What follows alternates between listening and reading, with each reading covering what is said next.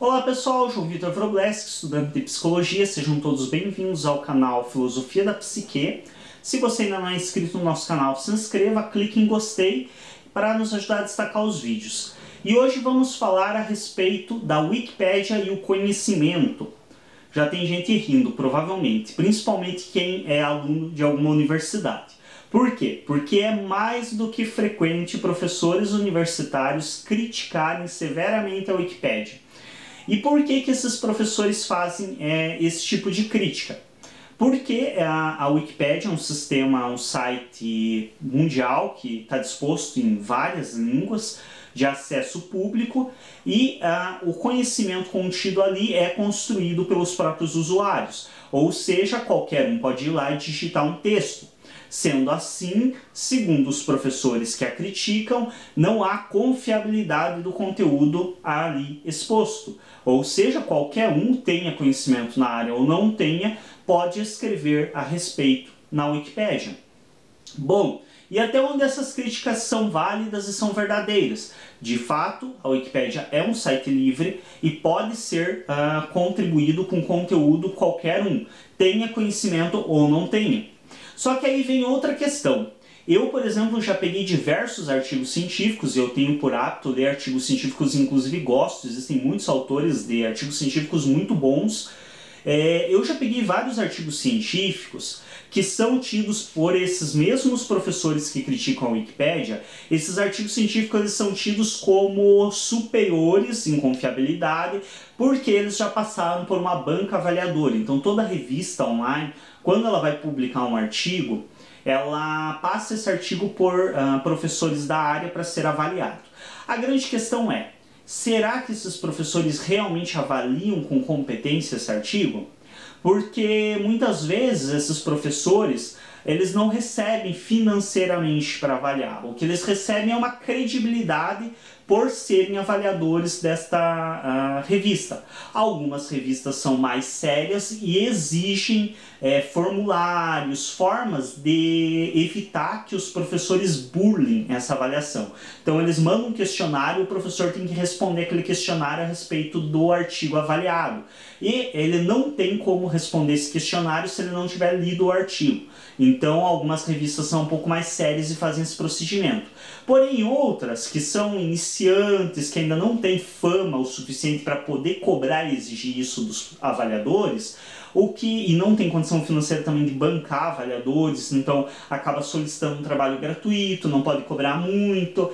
O que acontece? Muitas vezes esses professores que avaliam esses artigos, eles dão uma olhada por cima, passam e acabou. Prova disso é que eu já peguei inúmeros artigos científicos publicados em revistas até que com um certo nome, não revistas tão desconhecidas assim, e com vários erros de ortografia. E aí você me pergunta, mas o erro de ortografia invalida o conteúdo? Não, muitos inclusive desses artigos que eu peguei, o conteúdo era muito bom, apesar dos erros. Mas aí eu me pergunto, para mim, que sou péssimo em ortografia, ter reconhecido os erros, você deve imaginar que os erros eram bem grotescos. Porque eu sou péssimo com ortografia, então para mim chegar a reconhecer os erros é porque realmente eram erros grandes.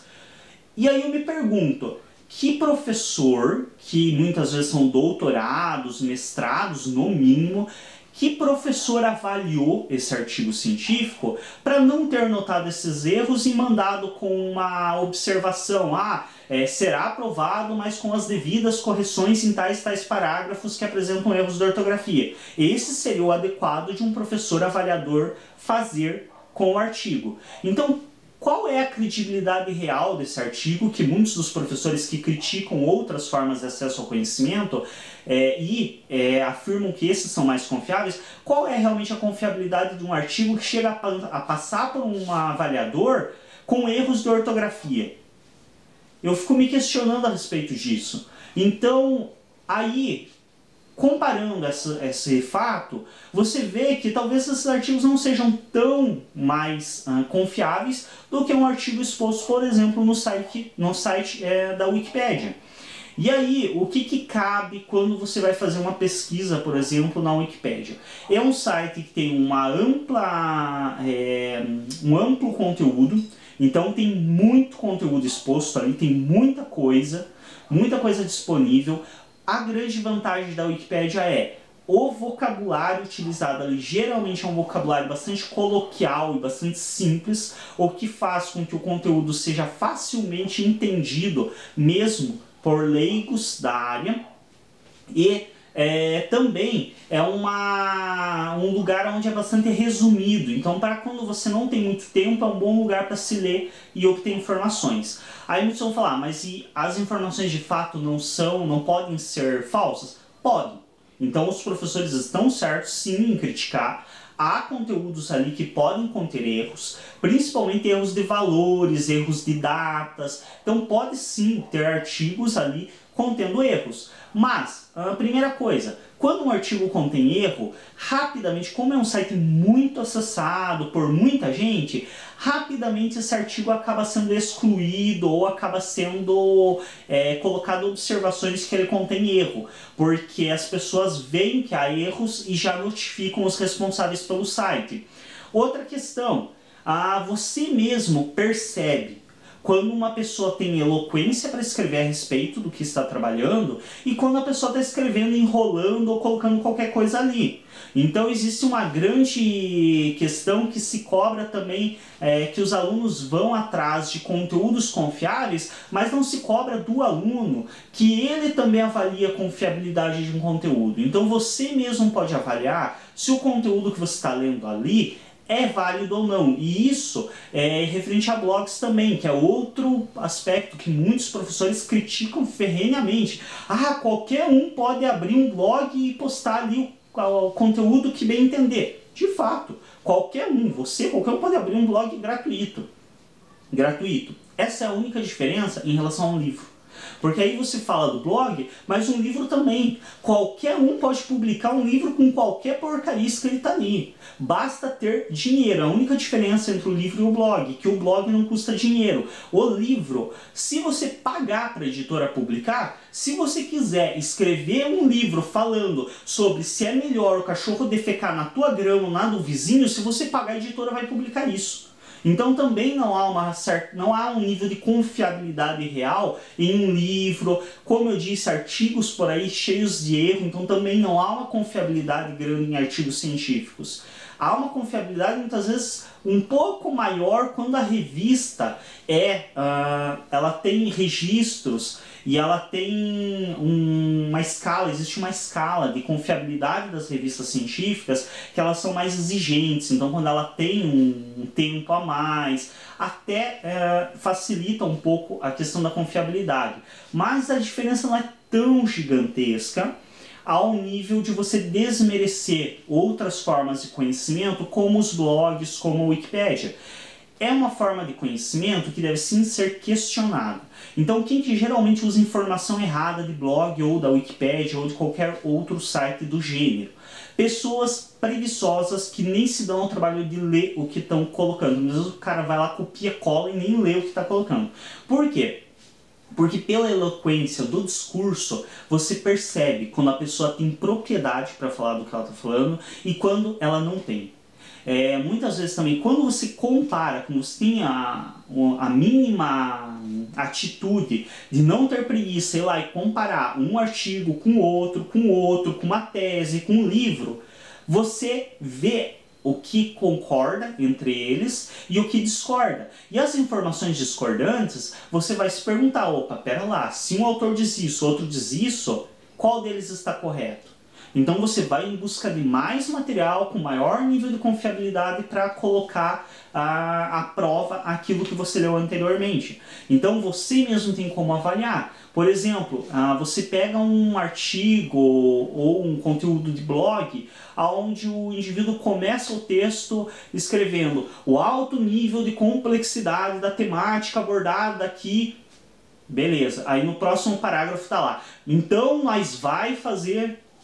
Você percebe que o indivíduo não tem eloquência, não tem domínio do conteúdo e está enrolando e está colocando um monte de palavra complexa no meio para fingir que sabe alguma coisa. Então, minimamente, se você lê criticamente, você identifica. E aí é óbvio que você não vai usar nada de conteúdo de um cara que escreve dessa forma. Porém, se o cara tem um domínio do assunto, esse domínio, essa eloquência demonstra que minimamente ele leu a respeito para escrever. Não é uma pessoa completamente leiga e nula daquela temática, daquele assunto. Se ele leu a respeito, a chance dele escrever alguma coisa errada existe. Mas todos podem escrever coisas erradas. Eu já peguei teses de doutorado, monografias com informações erradas, principalmente de psicanálise, que eu estudo um pouco mais, então tenho um pouquinho mais de conhecimento. Você vê, às vezes você vê, principalmente quando é de outra área, que a pessoa se mete a criticar a psicanálise, aí você olha, nossa, essa informação é completamente errônea. O sujeito não entendeu nada do que realmente esse conceito quer dizer. Então, erro todos podem cometer. A questão é, se você avalia o conteúdo de maneira crítica, se você contrapõe ele a outros conteúdos, você consegue identificar muitos dos erros. Então você consegue ter uma noção do que pode ser usado, do que tem que ser questionado. E aí torna-se válido o uso de blogs, torna-se válido o uso, por exemplo, da Wikipédia para acesso ao conhecimento. Também devemos considerar que, por exemplo, uma pessoa embasar um artigo científico em sites ou em blogs é um pouco mais complicado. Então, quando a gente fala em embasar um artigo científico, algo que vai ser publicado, é uma coisa. Espera-se que minimamente você embase com teóricos da área, com livros de autores famosos da área, com coisas um pouco mais, digamos, de destaque, com coisas com um pouco menos de chance de erros. Agora, quando é, por exemplo, uma curiosidade, eu não posso ir lá num site, num blog para ler a respeito de uma curiosidade? Claro que posso. Quando é um artigo para dentro de sala de aula, quando é um conteúdo, por exemplo, um trabalho para ser apresentado em sala, ou um trabalho para ser apresentado, por exemplo, em escolas, é perfeitamente cabível eu utilizar-me de blogs, eu utilizar-me de sites, como, por exemplo, a Enciclopédia Livre, que é um site onde contém, como eu falei anteriormente, muitos conteúdos a respeito de diversas temáticas. Porém, sempre vale a leitura crítica. Então, sempre vale fazermos uma leitura de maneira a nos questionarmos a validade do que está ali, contrapormos com outros conteúdos e, enquanto fizermos isso, dificilmente vamos nos utilizar de um embasamento muito errôneo.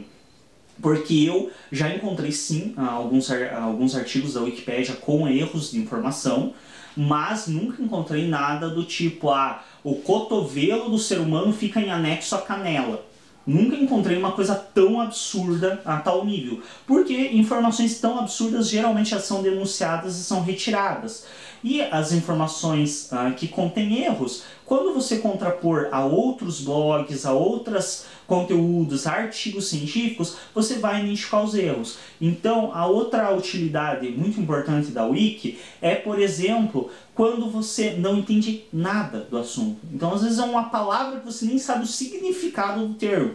Aí você vai lá na Wikipédia, pesquisa, descobre o que significa aquela palavra. Lá geralmente já vai ter referência a autores que escreveram a respeito daquele conceito. Então, pelos nomes dos autores você já pode buscar artigos científicos que falem daqueles autores, você já pode buscar no Google outros sites que falem a respeito daquele assunto. Então ela expande várias portas, a abertura de várias portas por onde você pode seguir caminho.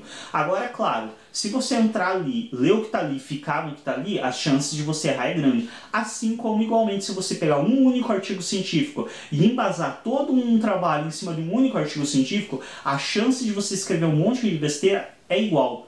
Porque se você não contrapor informações, você comete erros igualmente. Então é necessário se comparar informações. E a partir do momento que você faz isso, todo conhecimento é válido. Porque os conhecimentos que forem muito insanos, muito fora da realidade, ao contrapor com outros você já vai descartar.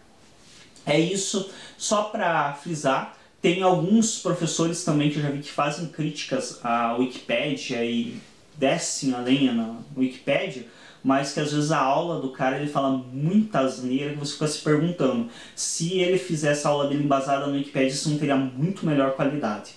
Então também tem que ver isso, porque muitas vezes quem critica muito é quem comete erros muito mais grotescos do que os que você pode encontrar lá.